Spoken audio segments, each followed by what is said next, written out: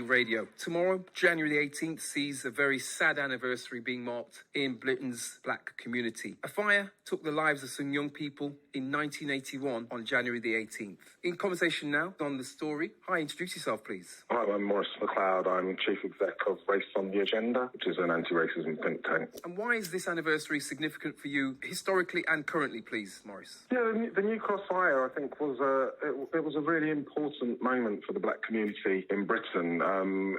Sadly, it's not an incident that many white people or mainstream people kind of remember, because it was seen as just sort of a house fire that sort of got forgotten. But for our community, I think it was a bit of a watershed. It was a moment where it was such a horrific thing for a bunch of children, teenagers, sort of 16-year-olds, to party, to die in that way, that we, I guess, as a community thought, right, well, there'll be some really strong action, and people will be arrested, and the Queen will turn up, and Margaret Thatcher will pay conduct, and none of that happened. And so it was the moment when we kind of realised, actually, maybe our lives aren't quite as important.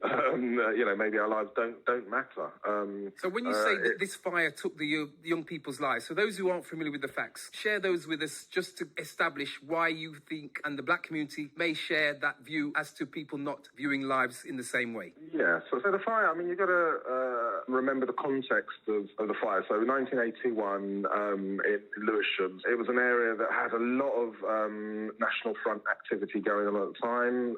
3 years earlier, a black community club called the Moonshot Club had been burnt down. There was a lot going on, and the community at the time felt very under attack. Then when this happened, they were convinced, absolutely convinced, that it was that a racist had started the fire, that it was started by a firebomb. And in fact, when the police turned up, there was some of the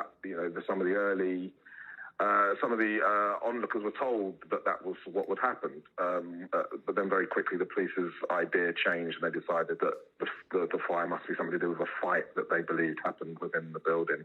Now, obviously, we're talking from 40 years later. There's no way of us knowing one way or another. But what did seem really obvious was that it wasn't treated in the way that the community felt such a thing would have been treated if it were white kids. But I think that's what the bit that made it such a big deal and led to this day of action that followed, which had 20,000 people marching from South London up to Downing Street. It felt like a really important moment for the community, and there was a real sense of unity afterwards as well. And with that day of action, 40 years on from the fire, what lessons have been learned from that for the black community now, would you say, and for the authorities? Well, for the community, I think that day, and some of the activists who were there say this, but that day showed them that, we're not just sort of guests here. I think one of the chants was, come what may, we're here to stay. So I think that as a community, it's when we said, actually, we're here and we're going to make the best of it, and we're going to stand together. When we see things that happen to our community that we're not happy about, we're going to stand together and call for change. Now, you could argue that not very much has changed. 12 years later, we had Stephen Lawrence's murder, when the police again didn't react to that in the way that they should have. They didn't treat Stephen as a victim. They treated him as a suspect initially, and that's part of the reason why that trial, that investigation went so badly wrong. So it's not that there was a massive improvement on the side of the authorities, but what New Cross did do was tell us as a community that we can and must stand together when this sort of thing happens. The official report into the fire, what were the findings? Well, there were two inquests that both returned an open verdict.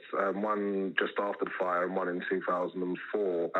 Where in 2004 they found that the fire was probably started deliberately, but they didn't think it was from a firebomb, and they couldn't tell where from, so they returned an open verdict. And from the family, we've heard this with the Hillsborough family and all sorts of tragedies that go on for a long time.